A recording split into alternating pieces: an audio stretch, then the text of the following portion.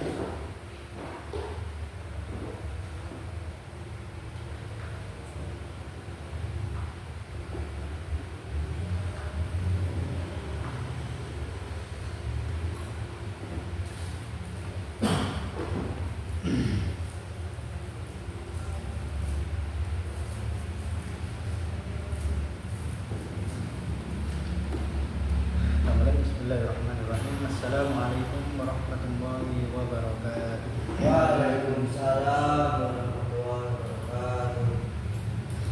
Alhamdulillah. Alladzi arsala rasulahu bil huda wa dinil haqq liyudhhirahu 'ala ad-dini kullihi walau karihal musyrikun. Asyhadu an la ilaha illallah wa asyhadu anna Muhammadan 'abduhu wa rasuluh. Allahumma salli wa sallim wa barik ala nabiyyina wa maulana Muhammadin wa ala alihi wa ashabihi wa man tabi'ahum bi ihsanin ila yaumiddin. Qala Allah ta'ala fi kitabihil karim, a'udzu billahi minasy syaithanir rajim. Ya ayyuhalladzina amanu taqullaha haqqa tuqatih wa la tamutunna illa wa antum muslimun. Alhamdulillah, hadirin kiram, pada kesempatan malam hari ini alhamdulillah kita masih diberikan nikmat oleh Allah Ta'ala bisa bertemu lagi di tempat ini dalam rangka mengkaji kitab Adabul Mufrad yang membahas tentang adab-adab dan etika dalam kehidupan kita sehari-hari. Bagaimana kita beretika, beradab sesuai dengan sunnah Rasulullah Sallallahu Alaihi Wasallam. Alhamdulillah pada kesempatan malam hari ini kita diberikan peluang oleh Allah Ta'ala nikmat dengan hadirnya kita di malam hari ini, meskipun dengan jumlah dan orang yang sama. Juara bertahan kemana ya? Pakaian tadi tidak habis nyate ya? Sudah nyate ya.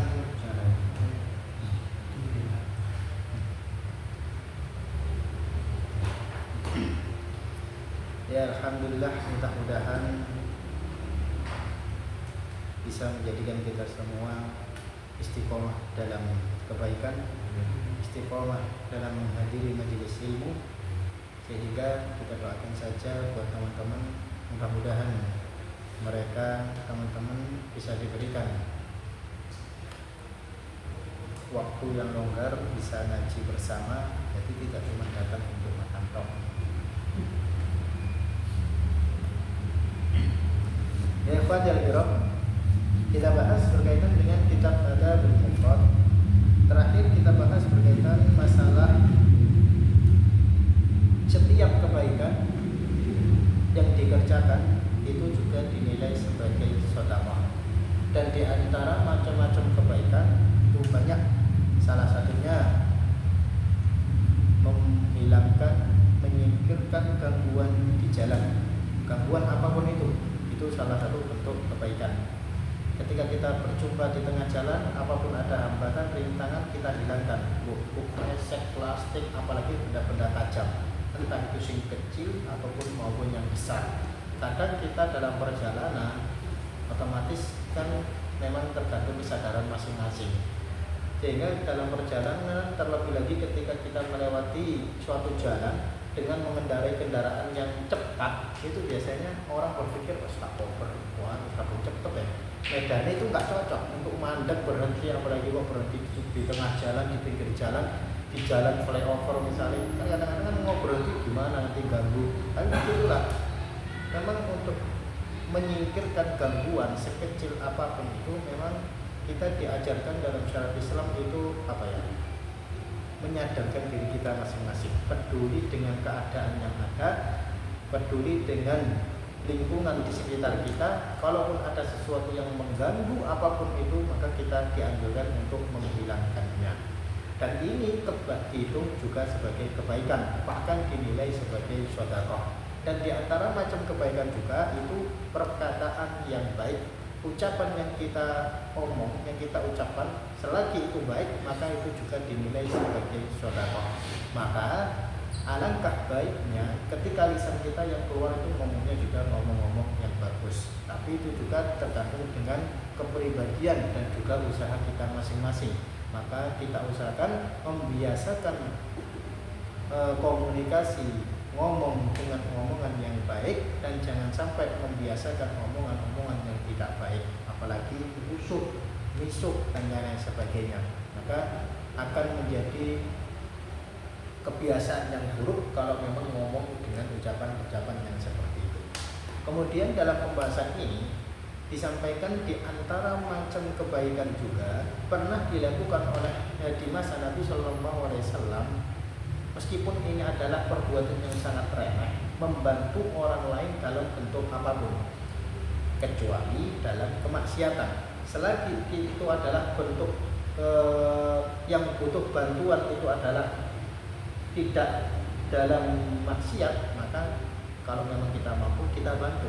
Meskipun bukan masalah masjid, meskipun bukan dalam lingkungan masjid atau bahkan pesantren dan lain sebagainya. Misalkan kita punya tetangga untuk bantuan, misalnya tetangga memang nggak bisa, keluarganya mungkin anaknya cuma perempuan, atau bahkan memang kebetulan di rumah cuman tinggal yang tua-tua saja, mungkin butuh bantuan untuk memperbaiki genteng, atau ada kabel melewer, atau bahkan untuk manen mangga, buah, dan sebagainya, sehingga butuh bantuan. Kalau memang kita mampu membantu, ya kita bantu. Kalau memang nggak mampu, ya sudah, kita pulang, kita ngomong, kita sampaikan dengan alasan yang baik. Tapi paling tidak, ketika kita dimintai bantuan dalam selagi tidak menyelisihi syariat, selagi tidak dalam kemaksiatan, kalau memang kita mampu, kita bantu. Sehingga kalau memang kita mengusahakan diri kita, melonggar-longgarkan, insya Allah mampu. Maka jangan sampai kemudian kalau memang kita nggak mampu bantu, jangan kemudian menghina, apalagi menertawakan orang yang membantu. Misalnya dewe dikongkon gak manut, gak gelem, malah sing gelem itu koncone. Nah koncone kadung membantu, ternyata malah ditertawakan. Ya, jangan seperti itu. Terus gak nyewangi, ngece-ngece dan sebagainya. Enggak. Misalkan suruh ngambil barang itu nyangkut di atas, kan kudu menek. Ketika menek ternyata pas di tengah-tengah katanya bedang. Kadang-kadang memang itu suatu yang nguyok nih, lucu, tapi paling tidak jangan sampai kemudian dijadikan bahan olok-olokan, apalagi diuji-uji, itu koncone ngerewangi, itu dielas-elas nggak ada mainan itu semuanya, kemana pohonnya tinggi, kemudian misalkan tempatnya tinggi, direwangi reposo. Siapa? Karena nggak semua orang, nggak semua anak itu kemudian berani untuk naik di tempat yang tinggi, itu nggak semuanya berani. Makanya jangan sampai kemudian malah diolok-olok, diece dan sebagainya. Karena pernah terjadi di masa lalu, di masa sahabat itu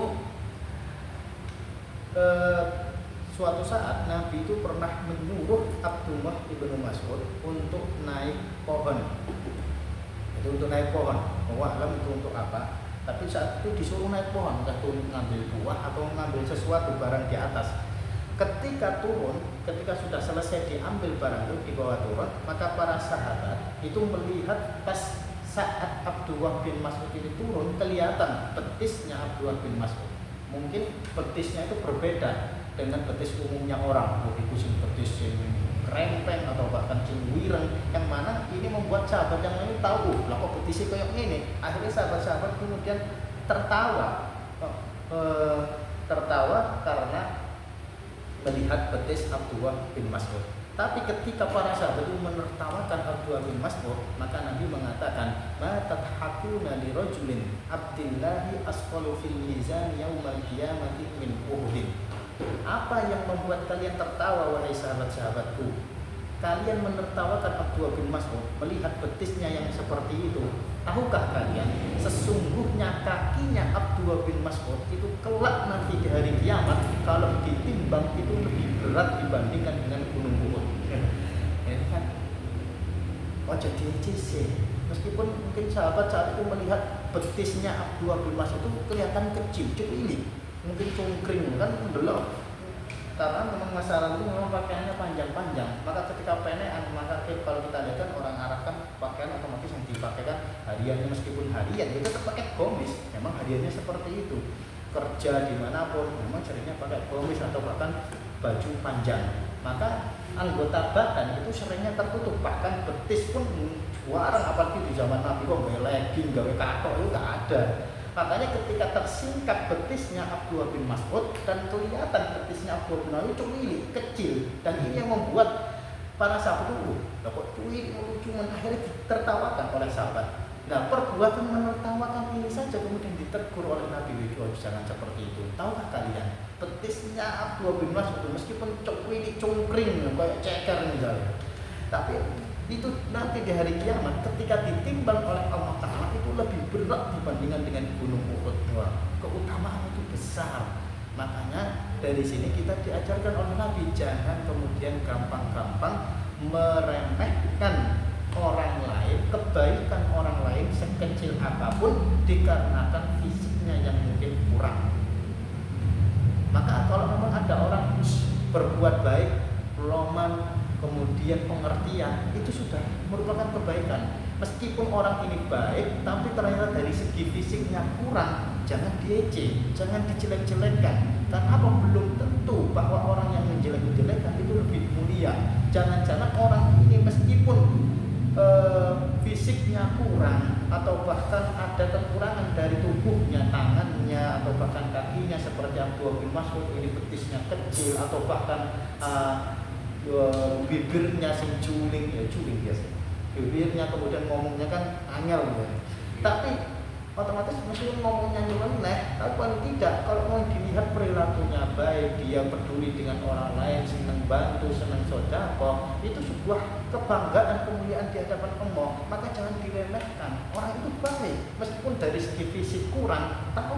Tahukah kamu bahwa di akhirat itu kemuliaannya, pahalanya lebih besar dibandingkan dengan orang biasa, orang sehat, orang normal tapi nggak tahu melakukan kebaikan. Maka jangan diremehkan. Makanya Nabi mengingatkan, wahai sahabat-sahabat, jangan seperti itu.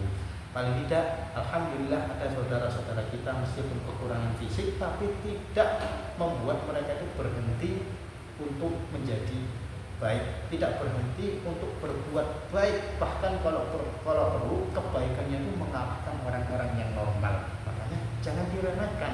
Meskipun di dunia dilihat orangnya kurang, tapi ketahuilah bisa jadi orang ini di akhirat lebih sempurna pahalanya dibandingkan dengan orang-orang biasa. Maka peluangnya itu besar. Maka paling tidak bagi orang-orang mungkin maaf Mas bisa itu sudah dari kecil. Enggak, dari kelas 2 SD. Keras 2 SD. Kenapa? Saya dari sepeda. Oh, jadi sepeda. Sepeda motor atau sepeda? Motor. Kakinya saja, kakinya kan? Semua setengah Badan. Nah, setengah badan ya. Otomatis kan jalan agak susah ya. Ya jalan atau mungkin gerak mungkin agak susah. Tapi paling tidak jangan sampai membuat hatinya. Jangan berkecil hati. Sehingga peluang untuk berbuat baik, mendapatkan kemuliaan itu bisa jadi lebih besar dibandingkan dengan orang-orang normal yang lainnya. Bisa jadi orang normal melihat banyak orang kemudian misalnya maaf melihat saya bisa kok wong ini. Memang naluri manusia sih kadang-kadang melihat orang yang kurang, yang cacat misalnya dalam hal ini sejak lahir, melihat orang yang cacat atau mungkin lahirnya kurang sempurna, kadang-kadang orang agak sinis melihat kok ini maksudnya. Akhirnya fitrah manusia itu lalu pertama kali seolah-olah merendahkan, padahal Allah Ta'ala sudah mengajarkan, mengingatkan tidak menjadi jaminan bahwa kemudian orang yang justru sehat-sehat itu kemudian lebih mulia nanti di hadapan Allah. Makanya pokok selagi mampu menyaingi orang lain berbuat baik, tetap lanjutkan. Terus nggak usah menghiraukan omongan orang lain, meskipun orang melihat kemudian merendahkan, sinis, itu urusan dia. Bisa jadi dengan sinisnya mereka malah bisa-bisa malah dapat pahala. Mereka ngolak-ngolak ini, kita kan bismillah sabar, terus mudah-mudahan Allah memberikan ganti yang lebih baik. Malah bisa jadi peluang banyaknya orang ngece sampean itu malah seolah-olah setor pahala. Makanya nanti di akhir hari kiamat itu kan ada sebuah tanggungan ketika ada orang lain berbuat dolim, itu semua kedolimannya, perbuatannya itu akan dipertanggungjawabkan. Ketika orang yang berbuat dolim kepada orang lain, maka bisa jadi orang yang berbuat dolim ini kemudian kebaikan yang dilakukan, yang pernah dilakukan di dunia itu malah justru diberikan kepada orang yang didolimi. Kalau misalkan kebaikannya habis dan kedolimannya jauh lebih besar, maka dosa-dosa atau bahkan kesalahan yang pernah dilakukan oleh yang didolimi itu malah diberikan kepada orang yang berbuat dolim. Makanya paling tidak kadang-kadang orang yang menjadi korban, sing diece, sing dihina, yang diremehkan, itu malah justru peluang dapat pahala itu lebih besar dibandingkan dengan orang normal atau bahkan dengan orang yang biasa-biasa.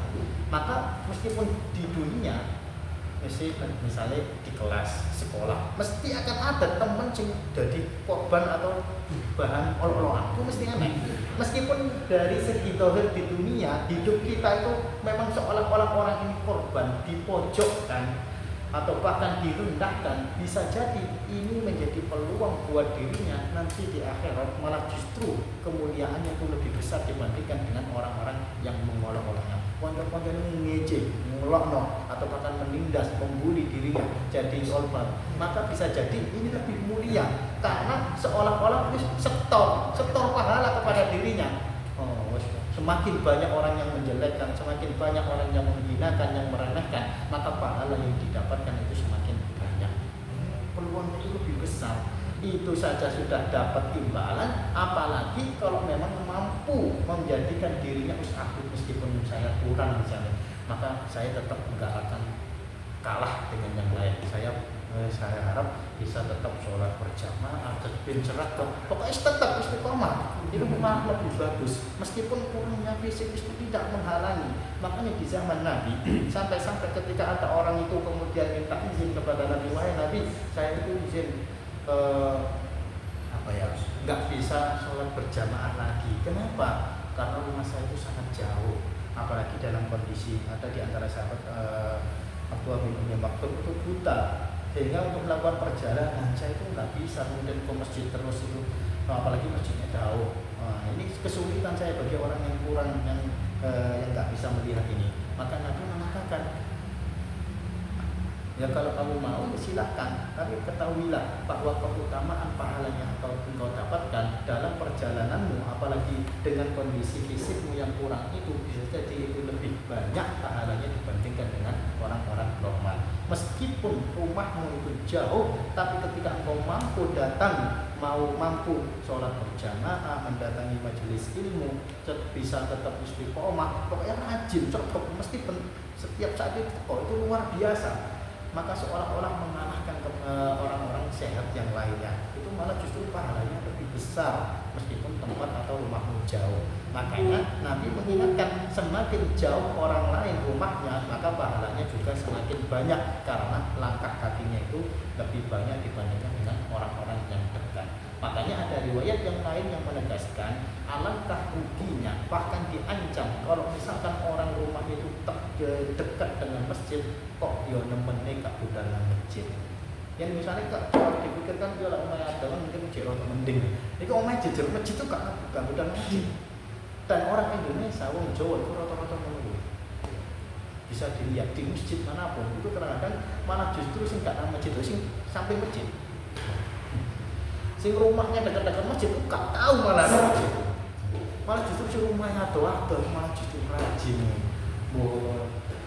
Entah itu kenapa, tapi tidak seperti itu. Makanya paling tidak, alhamdulillah. Kalau misalkan rumah di antara sampean kok lebih jauh, kok sampean mampu sholat berjamaah tetap istiqomah, itu pasti kemuliaan dan pahalanya itu lebih banyak. Karena langkah kakinya itu juga lebih banyak dan pahala yang didapatkan juga semakin banyak. Maka ini keutamaan. Maka kembali dalam pembahasan ini juga sama. Kebaikan apapun yang dilakukan oleh seseorang, maka akan dinilai dan dibalas oleh Allah Subhanahu wa Ta'ala. Meskipun dia memiliki fisik yang kurang, meskipun dia kekurangan atau bahkan dia cacat, entah itu dia seumur hidup atau karena alasan apapun, tapi ketika dia mau berbuat baik dan istiqomah di dalamnya, maka tetap akan dimuliakan oleh Allah Ta'ala. Maka di sini Nabi juga mengingatkan, jangan gampang-gampang merendahkan, apalagi menghina, meskipun cuma sekedar menertawakan, sebagaimana yang diingatkan oleh Nabi kepada para sahabat-sahabatnya. Kemudian di sini disebutkan ada pembahasan berikutnya, seorang muslim itu adalah cermin bagi saudaranya. Dalam hadisnya Nabi SAW mengatakan al-mu'minu mir'atul mu'min. Orang beriman itu adalah cermin bagi saudaranya. Wal mu'minu akhul mu'min. Dan orang mukmin, orang beriman itu saudara mukmin yang lainnya. Yakufu alaihi dayatahu wa yahutuhu min waraihi. Dia harus menjaga perbuatan saudaranya dan melindunginya dari belakang. Ini. Yang pertama, ini ada dua poin yang penting. Al-mu'minu mir'atul mu'min.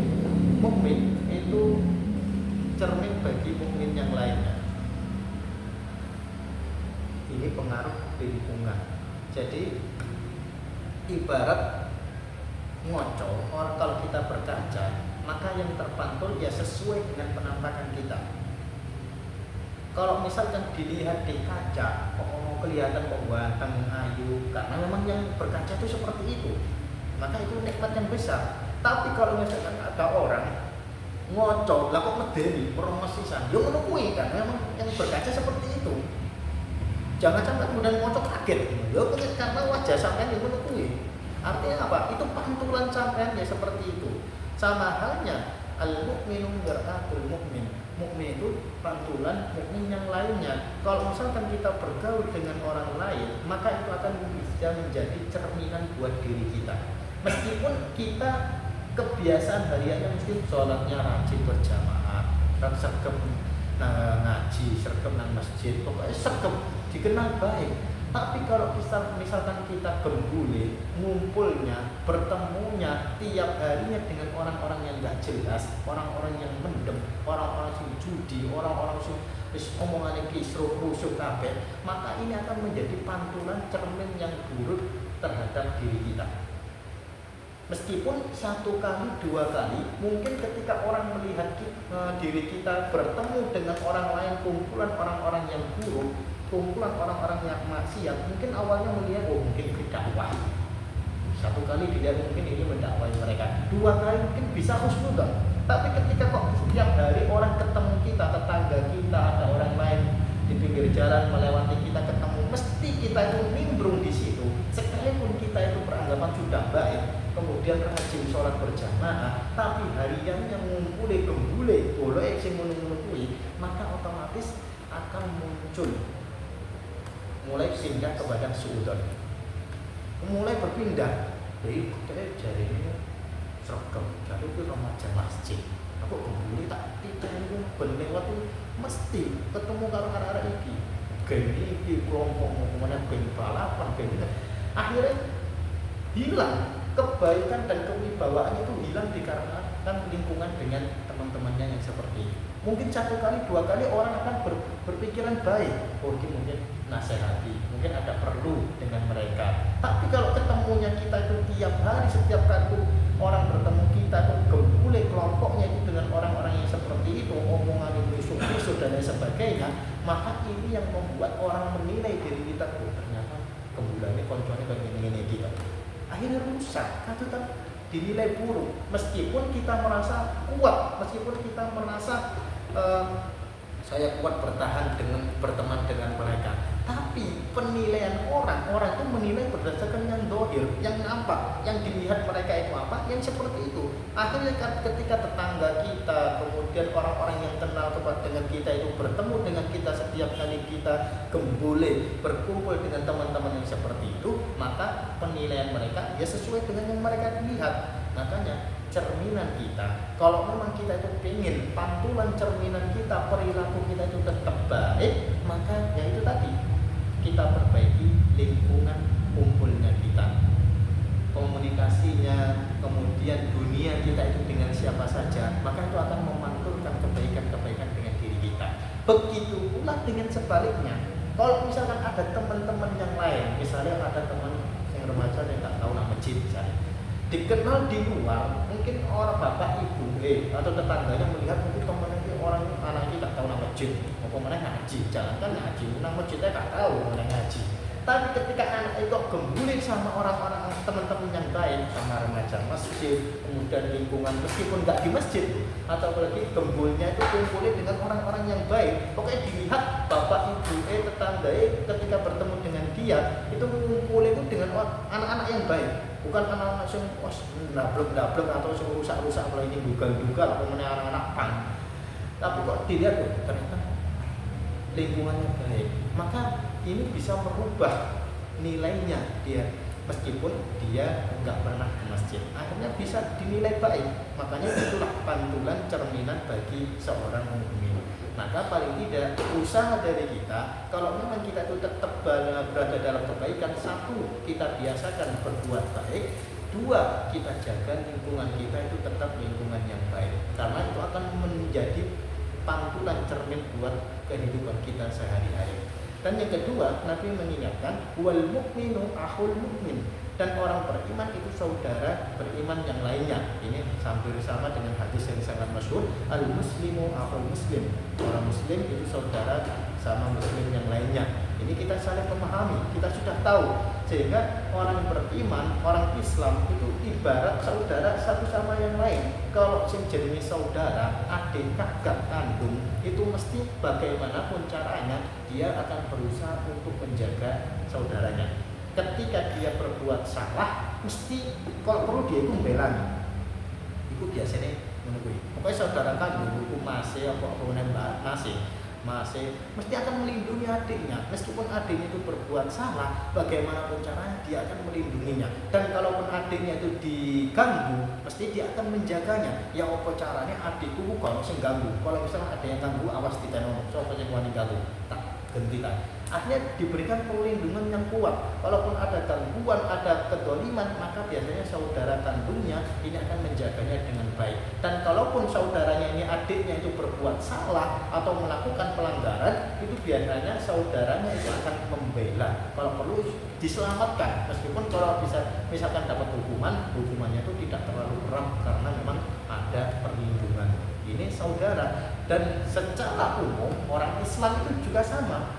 Maka kita jadikan persaudaraan ukhuwah Islamiyah itu seperti hubungan adik kakak kandung itu seperti itu. Semuanya punya saudara, punya adik terutama. Itu seperti itu. Artinya kalau memang kita ingin menjaga hubungan dengan saudara muslim yang lainnya, ingin mendapatkan kemuliaan dan keutamaan dari ukhuwah Islamiyah, maka kita praktekkan seperti hubungan kita dengan adik kita itu bagaimana. Ya ketika misalkan ada teman kita, sahabat kita, kalau memang dia berbuat salah, maka harus kita ingatkan. Bentuk perlindungan, bentuk kasih sayang saudara kepada adiknya mesti akan mengingatkan. Misalnya adik berbuat salah, tidak oleh ini dilingno seperti itu. Maka begitu hanya kepada orang lain. Itu saudara muslim kita, ketika teman-teman kita itu berbuat maksiat, berbuat salah, kalau kita mampu kita ingatkan, ya jangan terlalu ngawur, jangan terlalu kelewatan, giling, kita oleh saling mengingatkan. Karena apa? Kebaikannya saudara atau bahkan sahabat yang baik mesti akan menghindarkan saudaranya dari mandorot yang ada. Makanya adanya saudara kandung ini, atau bahkan secara umum saudara sesama muslim itu mengingatkan, aku nggak pengen kamu itu kemudian nanti akan mendapatkan kerugian di akhirat. Saya ingin menyelamatkanmu ben gak mlebu neraka, ben gak disiksa. Ayo melu aku, ayo melu ngaji, melu sholat, aja dilakoni iki dosa iki. Tak ini tak mergo kowe iku dulurku, mergo sampean iku saudaraku, sesama muslim. Aku sakne sampean daripada engkau malah mendapatkan hukuman. Maka diberikan nasihat. Itulah al-mu'minu akhul mu'min, yaqufu alaihi bai'atuhu wa yahutu min waraihi. Senantiasa menjaga perbuatan saudaranya dan dia akan berusaha melindunginya dari segala sesuatu. Itu ukhuwah Islamiyah. Makanya kita dianjurkan untuk menjaga saudara muslim kita seperti halnya hubungan antara saudara kandung.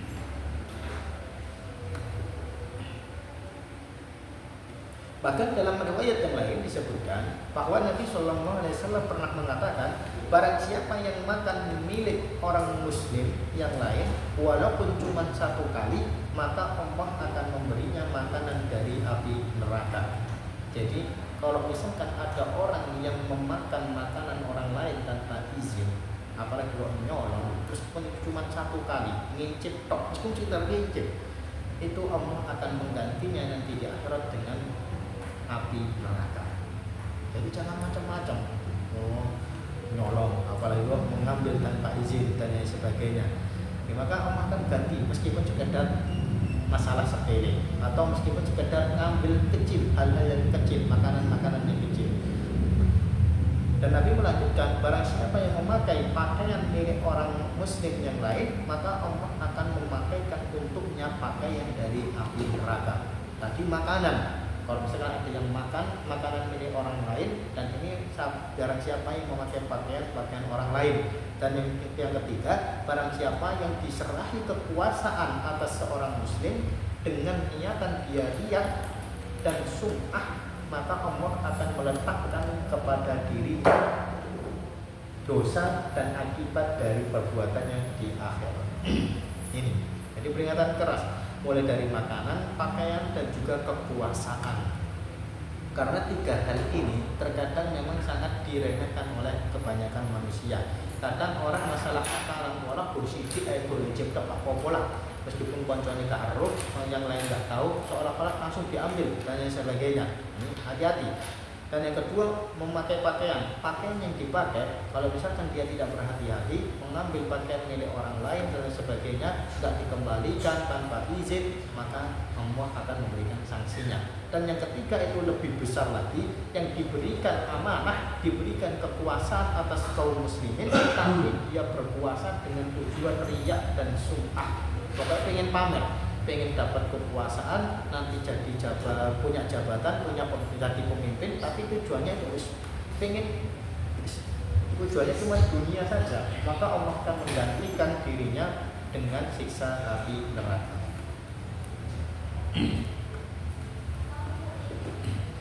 Ini berkaitan dengan makanan, pakaian, dan juga kekuasaan. Kemudian yang harus kita perhatikan juga, di sini disebutkan yang dilarang dalam permainan dan sendau-gurau. Jadi pas guyonan ada hal yang diingatkan oleh Nabi supaya kita berhati-hati dengannya. Apa itu? Dalam bersendau-gurau, ketika guyonan, ketika bercanda, Nabi mengatakan janganlah salah seorang di antara kalian merampas kesenangan teman baiknya karena main-main, entah itu guyonan atau malah justru serius. Dan barang siapa apabila ada orang yang mengambil tongkat temannya, maka kembalikanlah. Ini kadang-kadang dalam masalah bercanda, guyonan. Kalau ibarat istilah Jawa, ngono yang ngono tapi ya aja ngono, apa? Pokoknya ya ngono, ngono yang ngono tapi aja ngono, aja ngawur, guyon ya guyon tapi aja terlalu kelewatan. Makanya kadang Nabi mengatakan meskipun dalam bercanda, ketika guyonan, dalam syariat Islam Nabi mengingatkan dalam bercanda sekalipun itu tidak diperbolehkan sebenarnya berbohong. Berbohong dalam bercanda itu saja tidak dibolehkan, apalagi serius, apalagi ketika dalam kondisi tidak bercanda. Maka biasanya orang guyonan kadang-kadang yang penting lucu, yang penting tertawa, padahal nggak seperti itu. Itu saja tidak diperbolehkan. Apalagi kalau misalkan ada orang yang merampas kesenangan orang lain, pas konconya lagi serius dulinan, direbut, diambil. Kadang-kadang ini masalah sepele, apalagi anak kecil kan biasa koyoan, ngambil barang. Padahal lagi asik-asiknya. Ini kan kalau kita pikirkan malah itu biasa, tapi Nabi mengingatkan seperti ini, bahwa dalam bercanda sekalipun sebenarnya itu yang seperti itu nggak boleh, meskipun guyonan. Apalagi ketika serius, orang-orang merebut mengambil milik teman kita ketika membawa sesuatu kita ambil dan lain sebagainya, itu sebenarnya nggak boleh. Tapi begitulah, ini Nabi ingin mengingatkan bahwa sebenarnya dalam perkara sepele saja, meskipun itu dalam kondisi guyonan, itu sebenarnya nggak boleh, apalagi ketika yang diambil itu yang lebih besar, guyonan, morong, dikerjai, apalagi di prank, itu lebih parah. Sebenarnya itu nggak boleh, karena apa? Bisa jadi siapa sih sing seneng di prank? Iya sing seneng itu sing nonton, enggak guyu penontonnya lebih banyak, tapi korbannya iki lho. Sing kadang-kadang arep pengen ngamuk ya, ben viral dan sebagainya, kecuali memang kalau sudah disetting. Tapi kadang kan ada orang ngeprank orang lain, lebih serunya memang korbannya itu nggak tahu. Iya kalau memang orangnya itu kuat, apalagi kok bisa menahan amarahnya, otomatis kadang orang itu langsung ngamuknya itu pol-polan. Apalagi antara pasangan suami istri, kadang kan kalau misalkan guyonan itu keterlaluan, kelewatan, itu ngeprank bojone seolah-olah selingkuh, khawatirnya nanti malah suaminya kadung ngamuk tanpa sadar langsung menceraikan, mentolak istrinya kan tanpa sadar, itu ternyata di prank. Ya wes kebacut, cara ini kok di prank. Makanya khawatirnya kelewatan, karena tolak itu penceraian, tolak, kata tolak dalam syariat Islam itu bukan, tidak boleh dibuat main-main. Karena ketika suaminya, misalkan suaminya itu mengetahui istrinya itu ternyata ngeprank di dalam rumahnya, mungkin gaya boneka, kadang-kadang banyak video-video yang seperti itu, yang lucu-lucu dan sebagainya, di ngeprank suaminya, pasangannya. Kalau misalkan ngepranknya itu ngerjainnya kelewatan, khawatirnya malah justru suaminya malah justru menceraikan istrinya tanpa sadar. Terus kadung ngamuk kemudian diceraikan, pokoknya tak tolak kamu, apalagi. Makanya dalam cara itu hati-hati ketika sudah ditolak, ternyata istri Allah masih itu prank, bisa lain dia mau istiqomah. Ya mau nggak mau ya harus sesuai dengan syariat. Bagaimana ketika istri ditolak, ya wes tempat itu ditolak, padahal mau kawitannya guyonan. Makanya kadang-kadang perbuatan guyonan kadang-kadang yang dicari cuma kesenangannya. Banyak orang yang tidak mempedulikan efeknya. Kadang orang seperti seru, seperti asik, seperti guyonan, itu prank, dikageti dan sebagainya. Kemudian orangnya tanpa sadar melayu, kemudian prank dengan rumah pakai keluar, kemudian keluar dari jalan, kemudian ditabrak motor. Ya nggak ada yang tahu. Waduh, prank mencolot cekok genteng ini. Kelewatan. Meskipun yang dicari itu cuma kesenangan, tapi dalam syariat Islam kita dianjurkan jangan terlalu kelewatan. Mesaknya korbane, yuk sampai yang seneng-seneng ngomongin orang duwe, tapi ketahui bagaimana kondisi korbannya. Apalagi kok banyak sekarang kejadian berita-berita orang yang cuma sekedar iseng-iseng, apalagi buat konten malah berujung kepada kematian. Ngawur, mencari ukur biar banyak penontonnya dan sebagainya, akhirnya malah nggak tahunya malah kebablasan sampai meninggal dunia. Itu banyak, makanya kita harus berhati-hati. Makanya Nabi mengingatkan, paling tidak ketika bersandar gurau pas guyonan hati-hati dilihat. Kalau bisa itu dipikirkan, ini guyonan ini kebablasan orang, nanti dampaknya kepada korbannya bagaimana, efeknya bagaimana, kondisinya nanti aman nggak, jangan-jangan habis di prank malah justru nanti berubah, apalagi mentalnya terganggu, jangan-jangan setelah di prank malah justru meninggal dan sebagainya. Makanya setidaknya itu harus dipikirkan.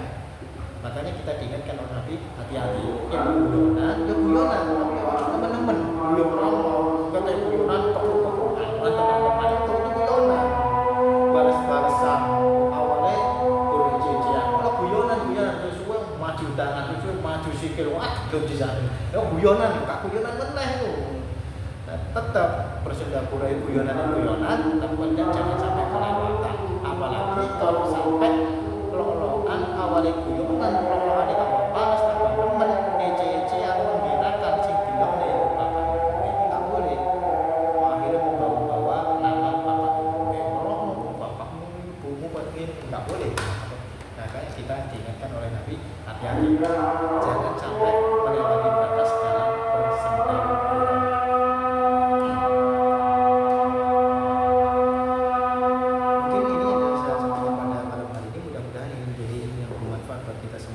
Dan menjadi motivasi untuk senantiasa berhati-hati dalam kehidupan kita sehari-hari dan